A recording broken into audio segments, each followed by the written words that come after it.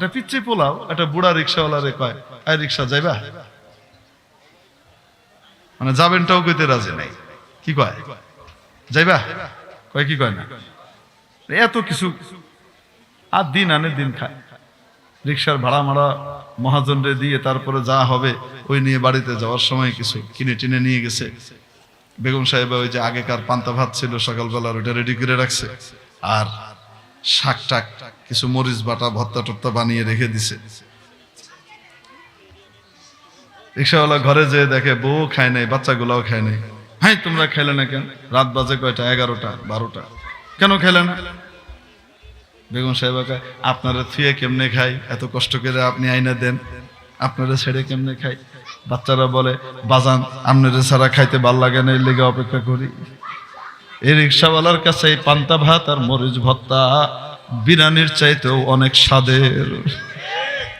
অপরদিকে অনেক ধনী এলিট শ্রেণীর মানুষ, বিশাল অভিজাত এরিয়ায় বাড়ি, টাকা পয়সার মালিক,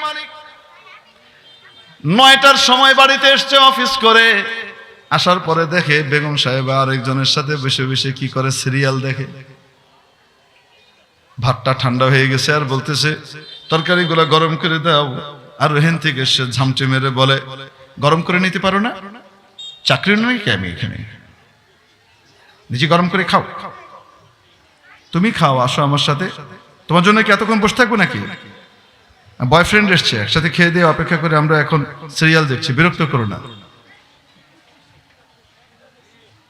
ফখরুদ্দিনের বিরিয়ানি, আব্দুল সালাম সাহেবের বিরিয়ানিও যদি হয়, যত দামি খাবারই হোক না কেন, বিষের চাইতেও বেশি কষ্ট লাগবে, ঠিক কিনা? সুখ আর দুঃখ বাইরে দেখে দেখে বোঝা যায় না, সুখ আর দুঃখ মানুষের অন্তরের অনুভূতির নাম। শান্তির মালিক একমাত্র কে? ওনার নামটাই হলো শান্তি। সালাম, আল্লাহুম্মা আনতাস সালাম। নবীজি সাল্লাল্লাহু আলাইহি ওয়াসাল্লাম যখন কাবা শরীফের দিকে প্রথম দৃষ্টি দিতেন, সাথে সাথে যে দোয়াটা পড়তেন সেই দোয়াটা ছিল এটা। এবং এক হাদিসের মধ্যে আসে, বান্দা কাবার দিকে তাকানোর পরে প্রথম দর্শনে যে দোয়া করে সেই দোয়া কবুল হয়ে যায়।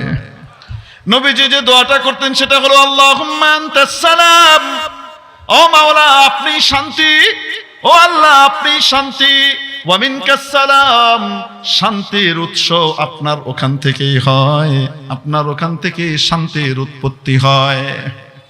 ফাহাইয়িনা রাব্বানা বিসসালাম, মাওলারে যতদিন জীবন রাখেন ততদিন জীবনটা শান্তিতে কাটাবার তৌফিক দেন। ওয়া আদখিলনাল জান্নাতা দারাকা দারাস সালাম, পরকালে আপনার শান্তির বাড়ি, আপনার বাড়ি শান্তির বাড়ি জান্নাতে আমাদেরকে ঢুকিয়ে দেন। ইহকালেরও চেয়ে নিছে, পরকালেরও চেয়ে নিছে, ঠিক কি ঠিক না?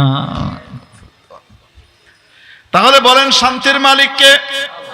শান্তি পাওয়া যায় কোন বাজারে? ঈমান আর নেক আমলের বাজারে। বলেন না কেন? ঈমান আর নেক আমলের বাজার ছাড়া অন্য জায়গায় শান্তি খুঁজলে শান্তি পাওয়া যাবে না।